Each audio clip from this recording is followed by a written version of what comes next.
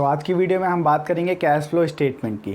Cash flow statement का मतलब होता है ऐसा स्टेटमेंट जहां हम क्या करें, कैश का इनफ्लो और आउटफ्लो क्या करते हैं, नोट करते हैं। उसको हम क्या नाम दिया जाता है, कैश फ्लो स्टेटमेंट नाम दिया जाता है। ठीक है, कैश का इनफ्लो का मतलब क्या हुआ, मैंने कहा मेरी एक कंपनी थी, मेरी कंपनी में कितने रुपए आ गए, 10 लाख रुपए आ गए, तो इसको क्या नाम दिया जाऊंगा, इसको नाम दिया जाएगा इनफ्लो नाम दिया जाएगा।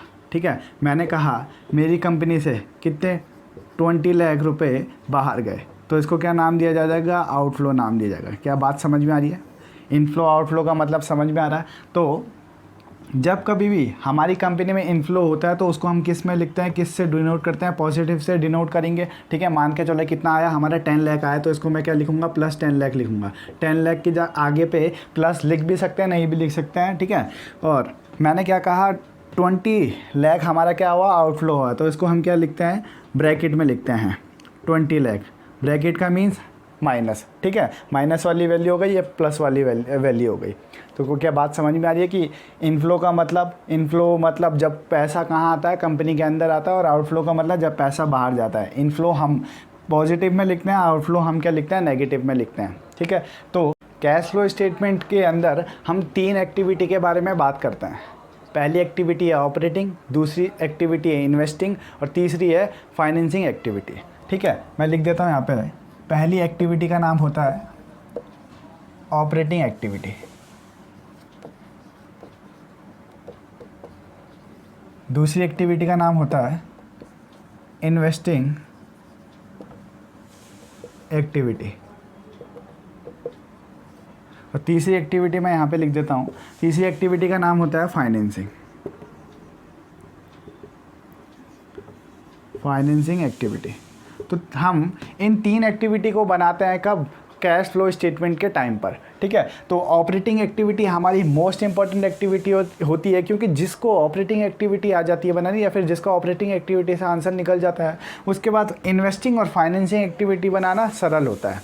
वैसे है तो सबका सब सरल, पर मैं थोड़ा सा इंपॉर्टेंट इसको कहूँगा, क्योंकि ये क्या है, थोड़ा कॉम्प्लिकेटेड है।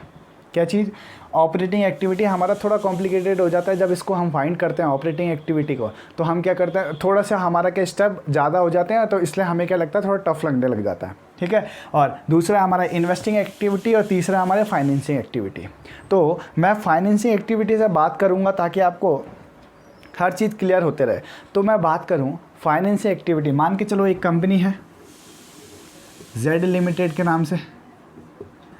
इस कंपनी को क्या, ये कंपनी है, इस कंपनी को क्या चाहिए, फंड चाहिए, इस कंपनी को क्या चाहिए, रुपए चाहिए। तो ये कंपनी क्या करती है, अपने लिए फाइनेंस अरेंज करती है। फाइनेंस अरेंज करने का मतलब पैसा अरेंज करती है, मतलब अपने के लिए फ़ंड अरेंज करती है। अब फंड अरेंज किस तरह से कर सकती है एक कंपनी, एक कंपनी फंड को अरेंज, फाइनेंस को अरेंज किस तरह से कर सकती है। पहली चीज़ जो एक कंपनी है वो क्या कर सकती है भाई, शेयर्स को इशू कर सकती है।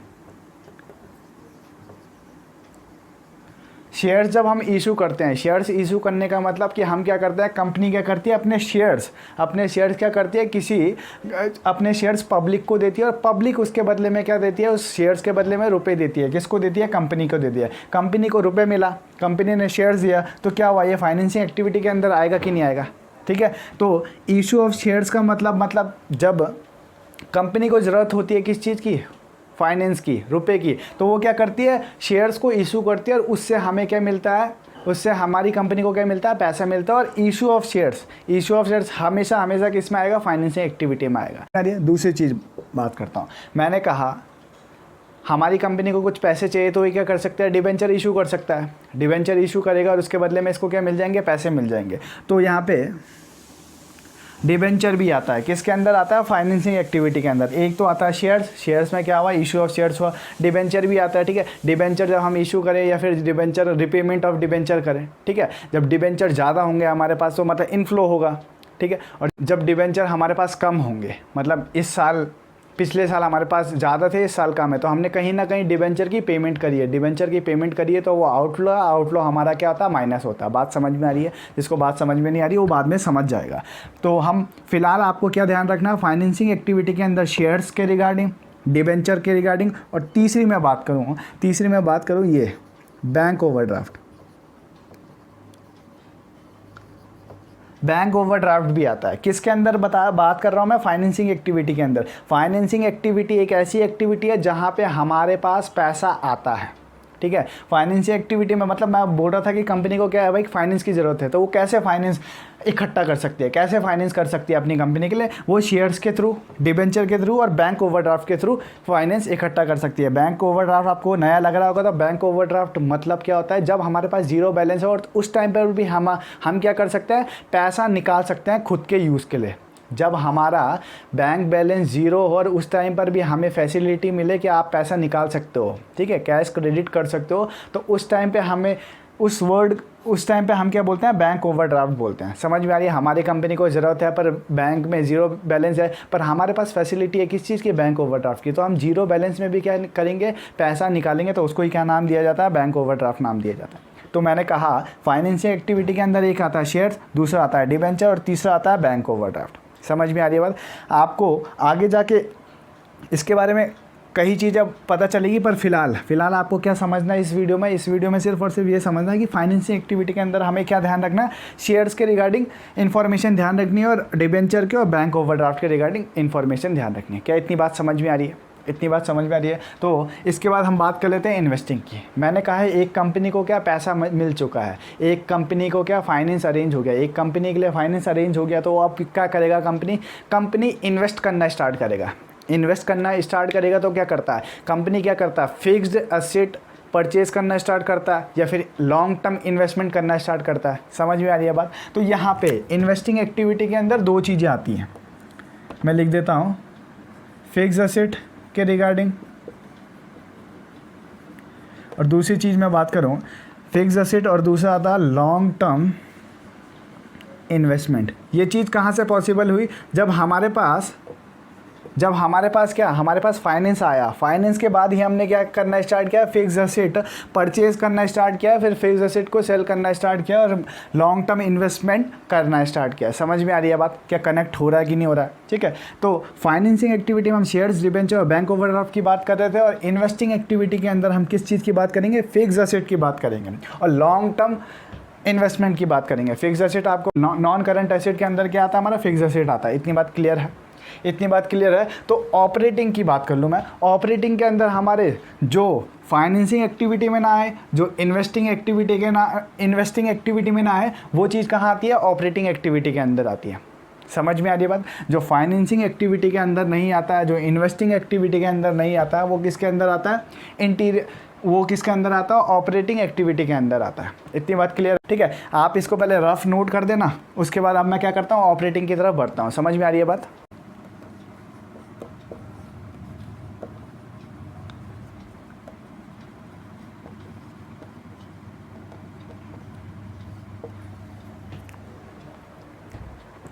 तो ऑपरेटिंग एक्टिविटी मैंने कहा था आपको ये थोड़ा सी कॉम्प्लिकेटेड है क्योंकि इसके अंदर स्टेप्स ज़्यादा हैं। ठीक है, स्टेप ज़्यादा है। तो ऑपरेटिंग एक्टिविटी में हम सबसे पहले क्या निकालते हैं? सबसे पहले हम निकालते हैं नेट प्रॉफिट बिफोर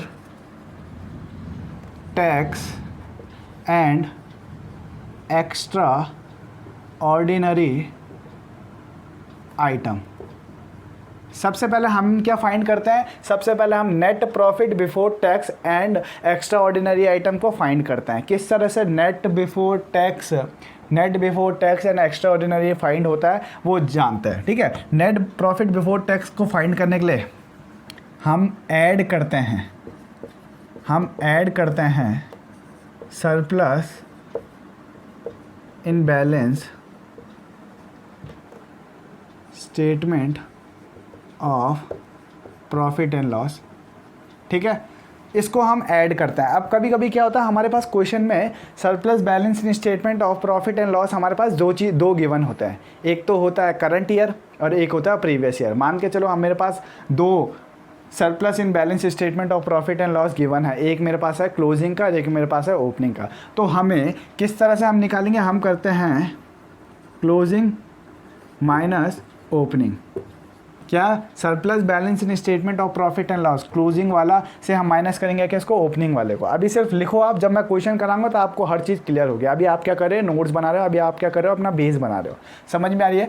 तो हम पहली चीज़ क्या ऐड करते हैं, surplus in balance statement of profit and loss को क्या करते हैं, ऐड करते हैं। दूसरी चीज़ क्या ऐड होती है, इंटीरियम डिविडेंड।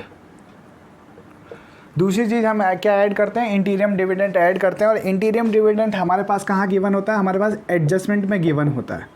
इंटीरियम डिविडेंड हमारे पास कहाँ गिवन होगा, एडजस्टमेंट में गिवन होगा हमेशा। समझ में आ रही है, कभी हमारे पास एडजस्टमेंट में गिवन हो इंटीरियम डिविडेंड, नॉर्मल लिखा हो इंटीरियम डिविडेंड, तो हम क्या करते हैं, ऐड करते हो। कभी लिखा हो इंटीरियम डिविडेंड पेड, तो हम यहाँ पे ऐड नहीं करेंगे। क्यों नहीं करेंगे, अभी रीज़न बताऊंगा मैं। समझ में आ रही है बात। अभी हम आज क्या कर रहे हैं, सिर्फ और सिर्फ बेस पढ़ रहे हैं। तो इंटीरियम डिविडेंड हमारे पास इसको ऐड करते हैं ताकि हमारा क्या निकल जाए, net profit before tax and extra ordinary item करते हैं। ठीक है, ठीक है।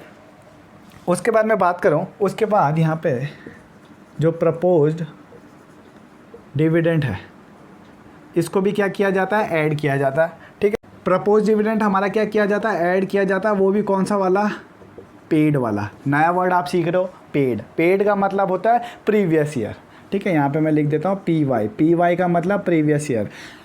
प्रपोज डिविडेंड दो गिवन होंगे। मैंने कहा जो हमारा करंट ईयर है वो 2019 है और जो प्रीवियस ईयर है हमारा वो 2018 है। तो जो करंट ईयर का प्रपोज डिविडेंड होगा उसको हम यहाँ नहीं लेंगे। ठीक है, कौन सा वाला लेंगे, जो प्रीवियस ईयर का मतलब पेड वाला प्रपोज डिविडेंड होगा उसको क्या किया जाता है, लिया जाता है, ऐड किया जाता है। ठीक है, ऐड करेंगे तो ही हमारा क्या निकल पाएगा, net profit before tax and extra ordinary item निकल पाएगा। ठीक है, उसके बाद जो प्रोविज़न फॉर टैक्स है इसको क्या किया जाता है, ऐड किया जाता है। इसमें भी कौन सा वाला किया जाता है, ऐड, इसमें हमारा किया जाता है मेड वाला। अब मेड का मतलब क्या होता है, मेड का मतलब होता है करंट ईयर। समझ में आ रही है। मेरे पास दो प्रोविज़न फॉर टैक्स गिवन है, एक 2019 का और एक 2018 का। तो 2019 वाला प्रोविज़न फॉर टैक्स मैं क्या करता हूँ, ऐड करता हूँ। समझ में आ रही है बात। ठीक है, उसके बाद यहाँ पे जनरल रिज़र्व, ऑल रिज़र्व भी होंगे या जनरल रिज़र्व भी होगा तो चलेगा। ठीक है, जितने भी रिज़र्व्स होते हैं, वैसे नॉर्मली हमारे पास क्वेश्चन में कौन सा गिवन होता है, जनरल रिज़र्व गिवन होता है। तो जनरल रिज़र्व की जो डिफरेंस वैल्यू होगी, उसको हम क्या करते हैं, यहाँ पे ऐड करते हैं। क्यों डिफरेंस वैल्यू को करते हैं, क्योंकि हमें क्या कैश फ्लो देखना है कि कितना गया कितना आया। मैंने कहा 2018 में हमारे पास जनरल रिज़र्व था 100 रुपये, 2019 में हमारे पास जनरल रिज़र्व है 300 रुपये। तो कितने से बड़ा है, हम इसका डिफरेंस निकालेंगे। कितने से बड़ा है भाई, 200 से बड़ा है। इसको क्या लिख देंगे, इसको हम यहाँ पे लिख देंगे। जनरल रिज़र्व का हम क्या लिखते हैं, डिफरेंस वैल्यू लिखते हैं। बाकियों का क्या लिखते हैं, जो भी अमाउंट होगी प्रीवियस की या करंट की वो लिखेंगे। ठीक है, प्रपोज डिविडेंड पे हम पेड मतलब प्रीवियस ईयर की अमाउंट लिखते हैं। प्रोविजन फॉर टैक्स में हम क्या करते हैं, करंट ईयर की अमाउंट लिखते हैं। क्या इतनी बात क्लियर हो रही है। ठीक, तो उसके बाद मैं बात कर लूँ, ये सब चीज़ें ऐड हो रही है और एक और चीज़ ऐड होगी। उसके बाद जनरल रिजर्व के बाद एक और चीज़ ऐड होती है, वो क्या है, extraordinary item if any debited to statement of profit and loss. ये मज़े की बात क्या है कि ये कभी क्वेश्चन में बहुत कम गिवन होगा। ठीक है, बहुत कम गिवन होगा। मैंने क्या कहा, एक्स्ट्रा ऑर्डिनरी आइटम हमारा कभी डेबिट हो जाए किसमें, profit and loss, statement of profit and loss में, तो हम क्या करते हैं, उसको ऐड करते हैं। वैसे ही मैं बात करूं, ये सब चीज़ें हम प्लस करते हैं और उसके बाद हम लेस क्या करते हैं, एक्स्ट्रा ऑर्डिनरी आइटम कभी हमारे पास क्या हो जाए, क्रेडिट हो जाए statement of profit and loss में, तो उसको लेस किया जाता है। और दूसरी चीज़, refund of tax credited to statement of profit and loss, जो कभी refund of tax credited to the statement of profit loss हो जाए तो हम क्या करते हैं, उसको लेस करते हैं। ये दोनों चीज़ लेस होगी, ये 6 चीज़ें क्या होती है, प्लस होती है। ये दोनों लेस होती है, ये 6 चीज़ें प्लस होती है। तो इसके बाद हमारा क्या निकल जाता है, net profit before tax and extra ordinary item. हम ये चीज़ें प्लस और ये चीज़ें माइनस इसलिए कर रहे हैं ताकि हमारा क्या निकल जाए, net profit before tax and extra ordinary item निकल जाए। ठीक है, इतनी बात समझ में आ रही है। मैंने क्या कहा, जो एक्स्ट्रा ऑर्डिनरी आइटम है और ये लेस में मैंने लिखा है, ये एक बहुत कम हमारे पास क्वेश्चन में गिवन होता है। ठीक है, हमें मेन फोकस किस में करना है, surplus in balance in statement of profit and loss, इंटीरियम में प्रपोज डिविडेंड में प्रोविज़न फॉर टैक्स कौन सा वाला, मेड वाला, प्रपोज डिविडेंड कौन सा वाला, पेड वाला। पेड का मतलब प्रीवियस ईयर, मेड का मतलब करंट ईयर। ठीक है, जनरल रिजर्व में हमें डिफरेंस वैल्यू वाला ध्यान रखना है और ये नहीं आता है। ठीक है, ये ज़्यादा नहीं इसको याद करना है, पर ये एग्जाम में बहुत कम पूछा जाता है। समझ में आ रही है बात, इतनी बात समझ में आ गई। अभी हमने आधा क्या ऑपरेटिंग एक्टिविटी निकाला है, अभी हमने आधा क्या फाइंड किया, ऑपरेटिंग एक्टिविटी निकाला। ठीक है। मैं इसके आगे पे क्या लिख देता हूँ, ए लिख देता हूँ। पहले इतनी बात समझ में आ गई। अभी हमने ए निकाला है सिर्फ और सिर्फ, समझ में आ रही। ए पॉइंट पे हमें क्या निकालना होता है, net profit before tax and extraordinary item निकालना पड़ता है। इतनी बात समझ में, आप इतना लिख दीजिए, ठीक है। हम स्टार्टिंग का से नोट्स बनाना यहाँ से स्टार्ट कर दो। अभी तक हम क्या कर रहे थे, अभी तक हम बेस बना रहे थे, ठीक है, जब मैं बता रहा था आपको फाइनेंसिंग और इन्वेस्टिंग के बारे में। इसको लिख दो। हमने ए पॉइंट निकाल दिया। अब बी पॉइंट की मैं बात करूँ, बी पॉइंट पे हम क्या करते हैं, non cash expense and non operating activity लिखते हैं, नॉन ऑपरेटिंग एक्सपेंसेस लिखते हैं। अब क्या क्या होते हैं जानिए, ठीक है। तो यहाँ पे हमारे पास, जैसे मैं बोलूँ, क्या हो गया, डेप्रिसिएशन हो गया। तो डेप्रिसिएशन को लिखा जाता है एक चीज़, और हम लिखते हैं गुडविल हो गई, पेटेंट्स हो गए और ट्रेडमार्क हो गए, इनको भी लिखा जाता है, ठीक है। ये भी क्या है, नॉन कैश एक्सपेंसेस और नॉन ऑपरेटिंग एक्सपेंसेस है। समझ में आ रही है बात। तीसरी चीज़ हमारे पास इंटरेस्ट ऑन बैंक ओवरड्राफ्ट, इसको भी यहाँ पे लिखा जाता है। मैंने कहा हमारे पास कुछ बैंक ओवरड्राफ्ट था और उसका इंटरेस्ट इतना दे रखा, तो उसको कहाँ लिखेंगे हम, नॉन कैश एक्सपेंसेस में लिखेंगे। नॉन कैश एक्सपेंसेस कहाँ आता है, ऑपरेटिंग एक्टिविटी के अंदर आता है। सबसे पहले हम ऑपरेटिंग एक्टिविटी में क्या निकालते हैं, सबसे पहले हम net profit tax and extraordinary item निकालते हैं। देन क्या निकालते हैं हम निकालते हैं non cash expenses. B part में हम क्या निकालते हैं, नॉन कैश एक्सपेंसेस। अभी हम क्या पढ़ रहे हैं भाई, ऑपरेटिंग एक्टिविटी ही पढ़ रहे हैं। समझ में आ रही है। मैंने कहा इसमें स्टेप थोड़ा सा ज़्यादा कॉम्प्लिकेटेड लगेगा, पर जो प्रैक्टिस करोगे तो सब चीज़ समझ में आ जाएगा। तो इंटरेस्ट ऑन बैंक ओवरड्राफ्ट यहाँ पे लिखते हैं हम, ठीक है। और फोर्थ पॉइंट की मैं बात करूँ, इंटरेस्ट ऑन बोरोविंग, वो भी यहाँ पे लिखा जाएगा। इंटरेस्ट ऑन बोरोविंग का मतलब, मैंने डिबेंचर लिए थे, डिबेंचर मैंने लिए थे, अब मेरे को क्या करना पड़ेगा, डिबेंचर होल्डर को इंटरेस्ट देना पड़ेगा, तो वो यहाँ पे आएगा। बोरोविंग मेरा, आपको पता है कि डिबेंचर हमारा लॉन्ग टर्म बोरोविंग के अंदर आता है। समझ में आ रही है बात। लॉन्ग टर्म बोरोविंग अंदर, लॉन्ग टर्म बोरोविंग कहाँ आता है, नॉन करंट लाइबिलिटी में आता है। इतनी बात समझ में आ रही है। हमने सब चीज़ फर्स्ट टर्म में पढ़ा है। उसके बाद मैं फिफ्थ की बात करूँ, फिफ्थ में हम क्या लिखते हैं, loss on fixed asset, loss on sale of fixed asset.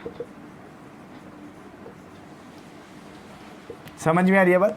Six में हम लिख देते हैं, कभी हमारा क्या इंक्रीज हो जाए, इंक्रीज प्रोविज़न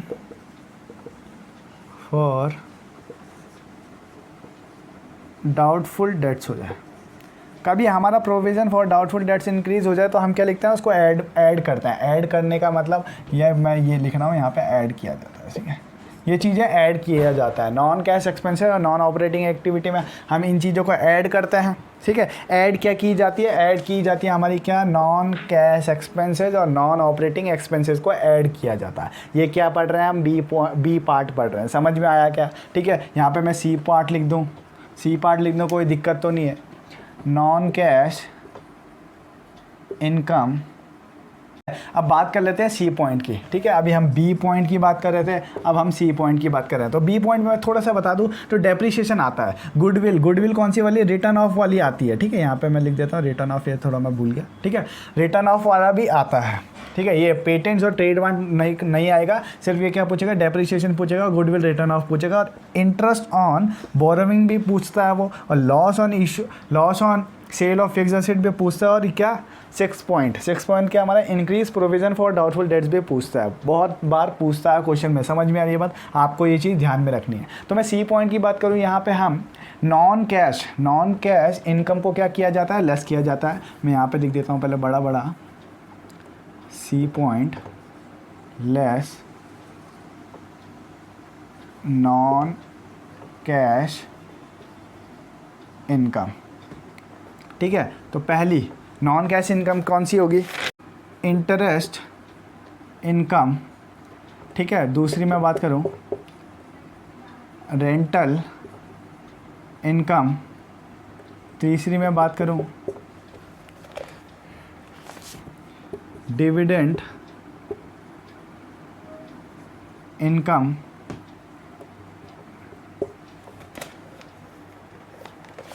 चौथी gain on sale of fixed asset.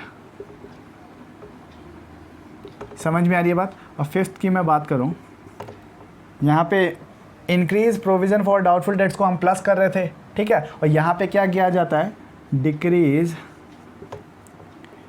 Provision for doubtful debts को क्या किया जाता है, माइनस किया जाता है। लेस, सी पॉइंट हमें क्या कहता है, लेस करो किसको, नॉन कैश इनकम को। नॉन कैश इनकम के अंदर कौन कौन सी इनकम होंगी देख लेना, इंटरेस्ट इनकम हो, रेंटल इनकम हो, डिविडेंड इनकम हो, इनको क्या किया जाएगा, लेस किया जाएगा। Gain on sale of fixed asset हो, इसको लेस किया जाएगा। Decrease provision for doubtful debts हो, लेस किया जाएगा। ये इंपॉर्टेंट है। रेंटल इनकम बहुत कम पूछा जाएगा, कभी पूछ भी ले तो देख लेना, ठीक है। डिविडेंड इनकम हो गया, gain on sale of fixed asset हो गया, और decrease provision for doubtful debts हो गया। ये इनमें सारी की सारी इंपॉर्टेंट है। इसमें कौन सी वाली इंपॉर्टेंट नहीं थी, सिर्फ interest on bank overdraft important नहीं था, बाकी सब चीज़ क्वेश्चन में पूछा जाता है ज़्यादातर। समझ में आ रही है बात।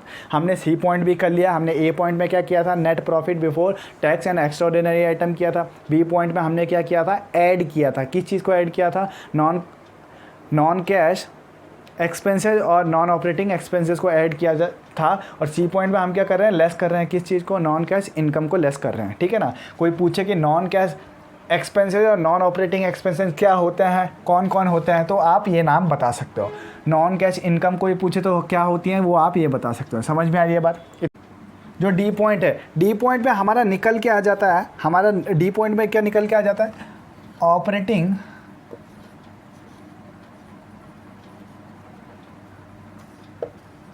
प्रॉफिट बिफोर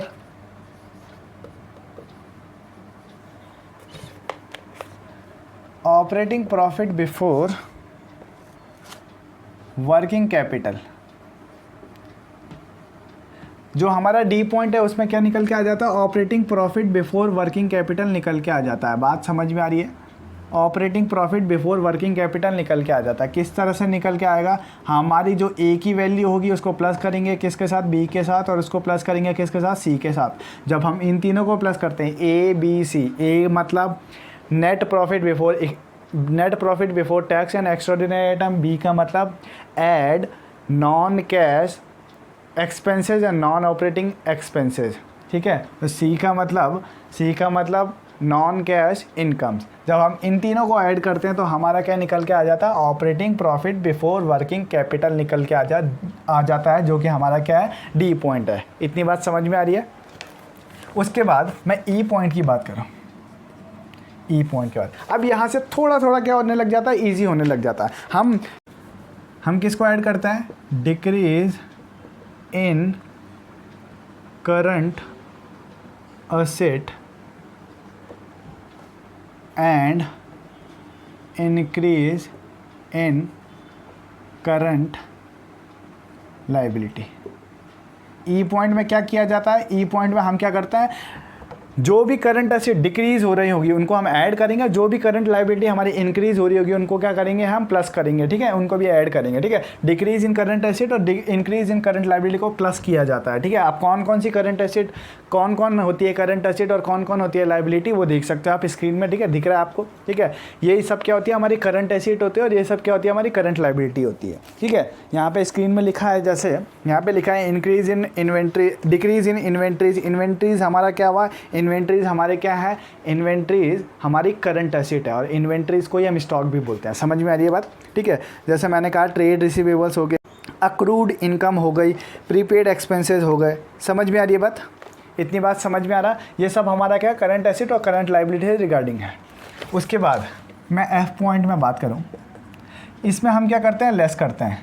जो चीज़ जो यहाँ पे हमने लिखा था उसका अपोजिट हम यहाँ पे लिख देंगे। क्या चीज़ लिख देंगे, यहाँ पे डिक्रीज इन करंट एसेट है तो यहाँ पे क्या कर देंगे हम, इंक्रीज इन करंट एसेट। अब आपसे कोई पूछे कि डिक्रीज इन करंट एसेट क्या प्लस होती है या माइनस, तो बोल देना है decrease in current asset add होती है। और मैं बोलूँगा अभी increase in current asset plus होती है माइनस, तो बोल देना क्या होती है, माइनस होती है, मतलब लेस होती है। समझ में आ रही है बात। कहाँ होती है, हम कहाँ पढ़ रहे हैं, हम ये पढ़ रहे हैं, हम ऑपरेटिंग एक्टिविटी पढ़ रहे हैं। समझ में आ रही है, ये हम क्या पढ़ रहे हैं, ऑपरेटिंग एक्टिविटी पढ़ रहे हैं। इंक्रीज़ इन करंट एसेट को लेस किया जाएगा और साथ में इसका अपोजिट क्या होगा भाई, डिक्रीज़ होगा। तो डिक्रीज़ को क्या किया जाएगा, लेस किया जाएगा, क्योंकि इंक्रीज़ ऊपर क्या हो रही है, प्लस हो रही है। समझ में आ रही है बात? इतनी बात समझ में आ गई। हमारा ई पॉइंट भी निकल गया, हमारा एफ पॉइंट भी निकल गया, ठीक है। ई पॉइंट एफ पॉइंट के भी मैं आपको कुछ बता दूं तो वहाँ पे स्क्रीन में आपको दिख रहा होगा, ठीक है। इन सेम टू सेम जो हमने ऊपर देखे थे वही चीज़ यहाँ पे है, बस आपको थोड़ा क्या इंक्रीज़ और डिक्रीज़ का फ़र्क देखना है। समझ में आ रही है बात? ठीक है। अभी हम क्या फॉर्मेट पढ़ रहे हैं, जब कल से हम क्या करेंगे, क्वेश्चंस करेंगे, तब आपको मज़ा आने लगेगा, ठीक है। पर आपको क्या करना है, सिर्फ और सिर्फ आज फॉर्मेट याद करना है। जब आप फॉर्मेट याद कर लोगे तो आपको क्वेश्चंस करने में मदद मिलेगी, और जिसको फॉर्मेट याद नहीं होगा उसको क्वेश्चंस कंफ्यूज करेंगे। समझ में आ रही है बात? ठीक है। तो एफ पॉइंट के बाद मैं जी पॉइंट की बात करूं तो यहाँ पे हमारा निकल के आता है कैश जनरेटेड फ्रॉम ऑपरेशन। क्या कहा मैंने, जी पॉइंट में हमारा क्या निकल के आता है, कैश जनरेटेड फ्रॉम ऑपरेशन आता है। डी को हम प्लस करते हैं, ई को भी हम प्लस करते हैं। समझ में आ रही है? और एफ को भी क्या किया जाता है, प्लस किया जाता है। एफ की ऑब्वियस सी बात है कि माइनस में आएगी वैल्यू, तो ये कहीं ना कहीं माइनस होगा। समझ में आ रही है बात? ठीक है। तो डी ई एफ से जो डी ई एफ को जो मिला के जो हमारा आंसर आएगा वो क्या होगा, कैश जनरेटेड फ्रॉम ऑपरेशन होगा। क्या बात समझ में आ रही है? यहाँ पे हम क्या कर देंगे भाई, ये लिख देंगे एफ, ठीक है। डी और ई को क्या करेंगे, प्लस करेंगे, क्योंकि कहीं ना कहीं ये क्या हो रहा है, ऐड हो रहे हैं, ठीक है। इनको हम ऐड करेंगे और लेस क्या कर देंगे, एफ वाली क्या कर देंगे, जो भी वैल्यू आएगी उसको हम माइनस कर देंगे। डी ई एफ को हम प्लस करेंगे और एफ को क्या कर देंगे, माइनस कर देंगे। इससे पहले हमने वहाँ पे ऊपर पे क्या, जब हम लिख रहे थे चेंज इन वर्किंग कैपिटल वाले में, हमने क्या किया था, वहाँ पे हमने सबको प्लस लिख दिया था। तो आप उसको क्या कर देना, थोड़ा चेंज कर देना, उसमें लिख देना ए प्लस बी क्या हो रहा है, ये ए और बी प्लस हो रहे हैं, और माइनस क्या हो रहा है, सी हो रहा है। ऊपर वाली वैल्यू में आप ये कर देना, ठीक है। मैंने शायद गलती से कुछ और कर दिया है, ठीक। तो यहाँ पे इतनी बात समझ में आ रही है, कैश जनरेटेड फ्रॉम ऑपरेशन, ये हमारा कौन सा पॉइंट है, ये हमारा जी पॉइंट है। यहाँ पे तक समझ में आ गया। तो इसके बाद हम क्या करते हैं, बाद एच पॉइंट में हम लेस करते हैं। क्या लेस करते हैं, प्रोविज़न फॉर टैक्स। और कभी कभी आपको क्वेश्चन में ये दूसरे नाम से भी लिखा होगा इनकम टैक्स, तो आप घबराना मत। समझ में आ रही है बात? इसको क्या किया जाता है, लेस किया जाता है। कौन सा वाला लेस किया जाएगा भाई, प्रीवियस ईयर वाला ही लेस किया जाएगा, ठीक है। ठीक है, प्रीवियस ईयर वाला क्या किया जाता है, हम लेस करते हैं। समझ में आ रही है बात? ठीक है। ऊपर जो हम ऐड कर रहे थे नेट प्रॉफिट बिफोर टैक्स और एक्स्ट्रा ऑर्डिनरी आइटम को निकालने के लिए, वहाँ पे हम ऐड कौन सा कर रहे थे, करंट ईयर वाला कर रहे थे। यहाँ पे हम माइनस कौन सा करेंगे, प्रीवियस ईयर वाला करेंगे। समझ में आ रही है क्या बात? ठीक है। तो इसके बाद हम क्या कर देंगे, जो भी हमारी वैल्यू आएगी, यहाँ पे जो भी वैल्यू आएगी उससे क्या लेस कर देंगे, उससे हम क्या लेस कर देंगे, प्रोविज़न फॉर टैक्स या फिर इनकम टैक्स लेस कर देंगे। कौन सा वाला, प्रीवियस ईयर वाला लेस कर देंगे, ठीक है। और उसके बाद हमारा निकल के आएगा, उसके बाद हमारा क्या निकल के आएगा, आई पॉइंट में cash flow from operating activity.